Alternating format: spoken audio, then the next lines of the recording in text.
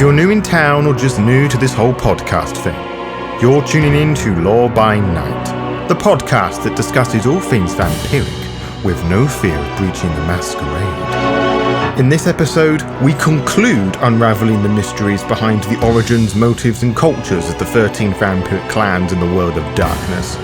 This episode will focus on the wayfaring vagabonds, Clan Ravnos.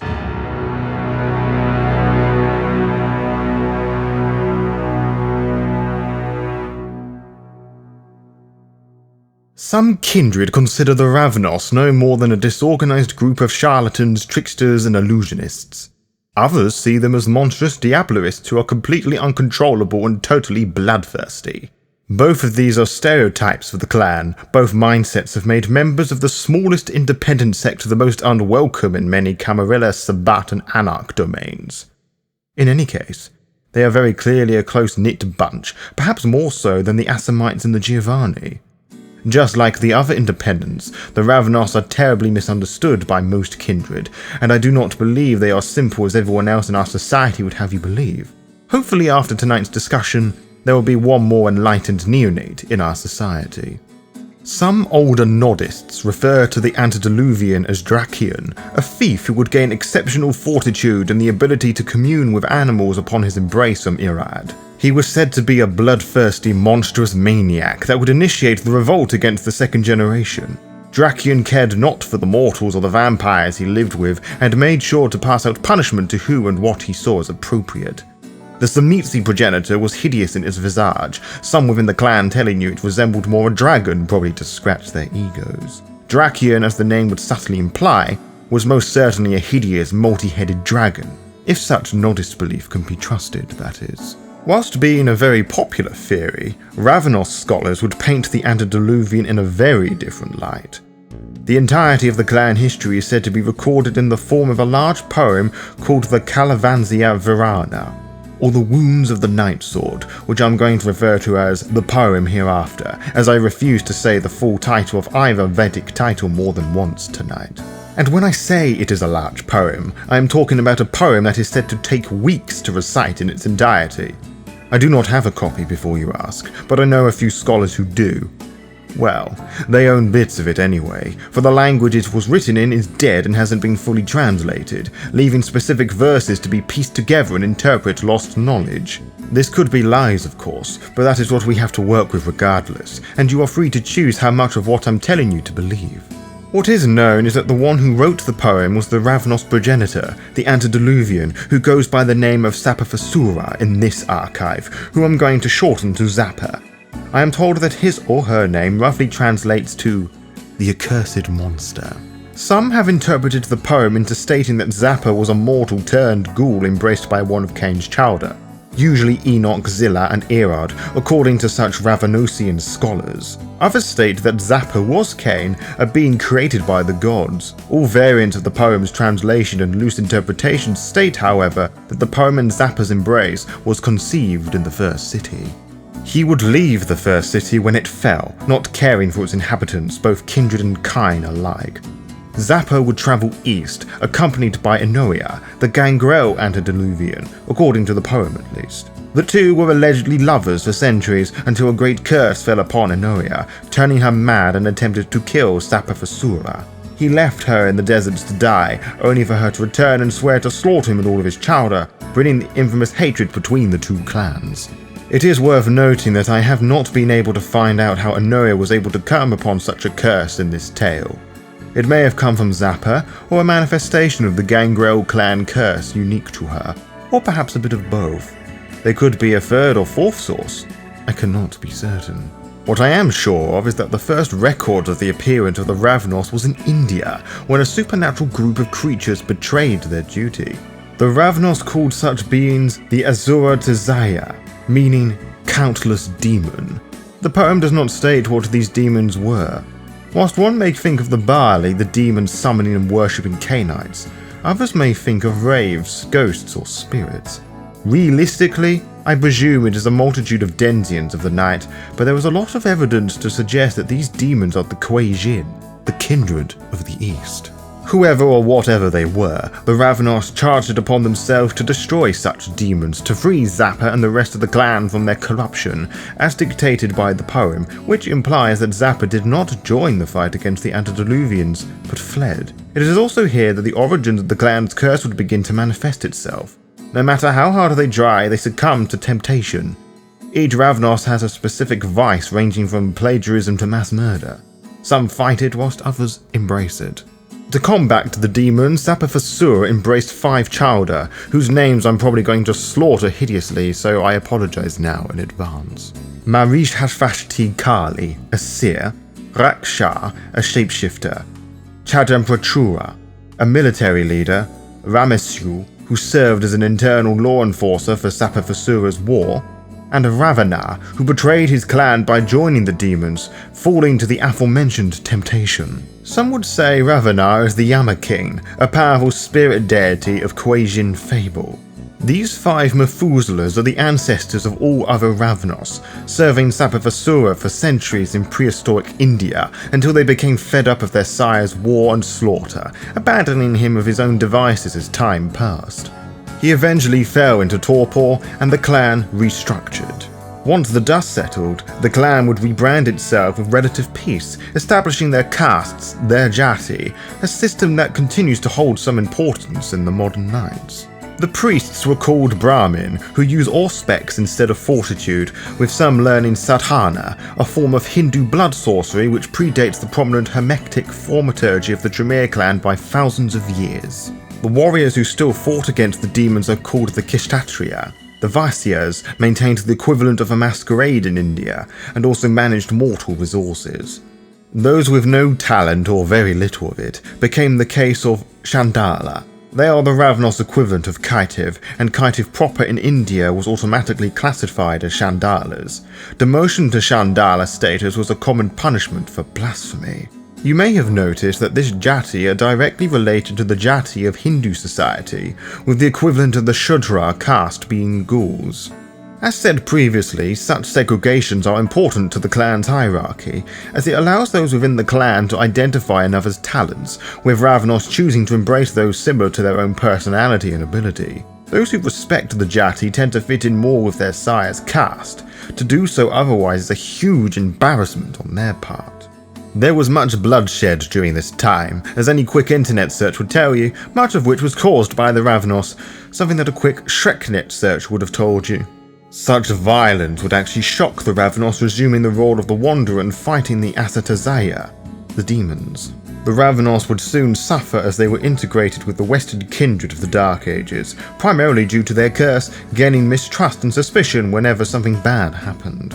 They would learn from their bloodshed in India, generally protecting the mortals they fed from and the gypsies they travelled with, whose cultures did clash with the ancient Indian beliefs of the Ravnos.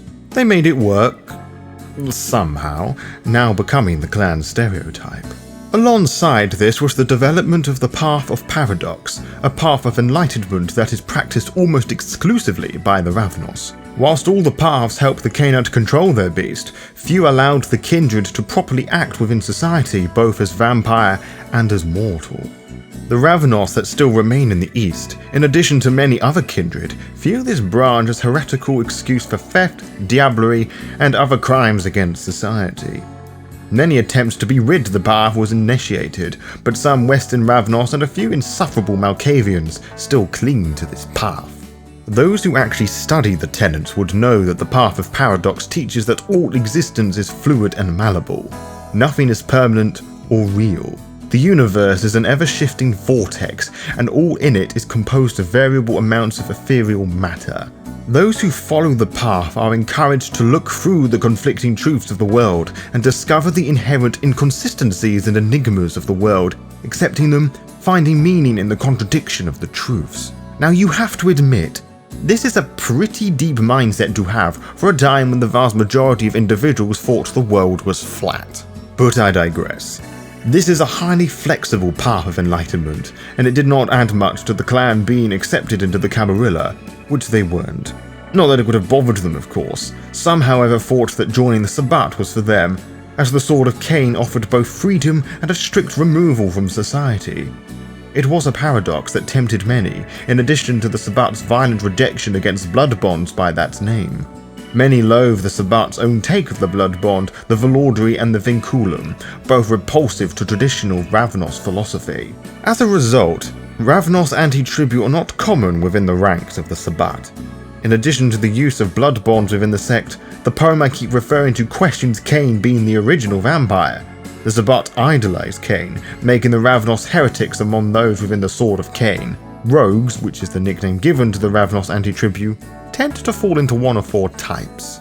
The first and largest of the Ravnos antitribu are those who are embraced into the sect, thus having next to no knowledge about the history or legends of the clan. The second group are those who simply got fed up of being persecuted by the Ivory Tower, some of which may want revenge or have a personal vendetta against the Camarilla. A third, smaller group are those who just want to avoid the Roma and Indian traditions and ethics of their elders. The fourth are those who were mortal Roma persecuted by the Inquisition during the formation of the Sabbat, who now return to them as a Cainite to prove to them that vampires are the apex predator. The fourth are those who were mortal Roma persecuted by the Inquisition during the formation of the Sabbat, who now return to them as a Cainite to prove to them that vampires are the apex predator. Few rogues adopt the path of paradox, as it greatly contrasts the ethics of the Sabbat dealing with mortal affairs. The Ravnos antitribu choose the path of Kafari, feral heart, the path of harmony, or the path of night. I wish to leap forward some 400 years after the Convention of Thorns, as the development of the clan would begin to affect the kind in much smaller, but equally interesting ways when compared to the other clans. But to save you from hurting yourself trying to work out the simple math equation, this leads us to the Victorian period of history, which is when the Camarilla learned that not all Ravnos were gypsies and that they were a formidable force in India. This discovery, of course, changed nothing in the way Western Ravnos were treated and seen in Camarilla society. Contributing to this, many Ravnos saw the harsh and strict Victorian taboos and rules as obstacles and constantly attacked and overstepped them in order to further destroy their establishment. For example, you can find many books and articles on how Victorian men would travel to the eastern countries such as Persia, intrigued and shocked to discover the cultural norms of harems, which are not as exciting as you would initially believe, neonate. I know what you've been looking at online. Not allowed to partake in this alleged taboo, the entitled, arrogant Westerners tried to interfere and stop it, a story that you have heard many times before, I'm sure. But returning to the topic of Victorian Ravnos, they used the blossoming interest in occultism and mysticism in order to trick and fool other kindred and mortals alike with long-forgotten secrets and the like. They did this with their unique discipline, chemistry, that allows the Cainite to conjure illusions into existence. Such phantom images are as real as the skill of the Ravnos allows and will even fool technological sensors, but cannot withstand the power of the sun. Others took the roles of travelling performers, one-man bands, or fortune tellers, all of which have been Yiddish and Gypsy stereotypes for a rather long time. The Ravnos would exercise their allusions to the American audiences, with each performance becoming more formalized. This would birth the carnival and circus, and eventually vaudeville acts, which featured a mixture of specialty acts such as burlesque, comedy, song, and dance. The love for their exotic culture would come to a halt twice during the 20th century with the conflicts of the world wars. Travellers were suspicious, making the Ravnos traditions all the more difficult. This was especially true for the Second World War, where even more of their customs were broken, as they embraced many Jewish, African, and Romas to save them from the vile camps. Many Ravnos and Saleh could trace their origins to those nights, and they did all they could to help.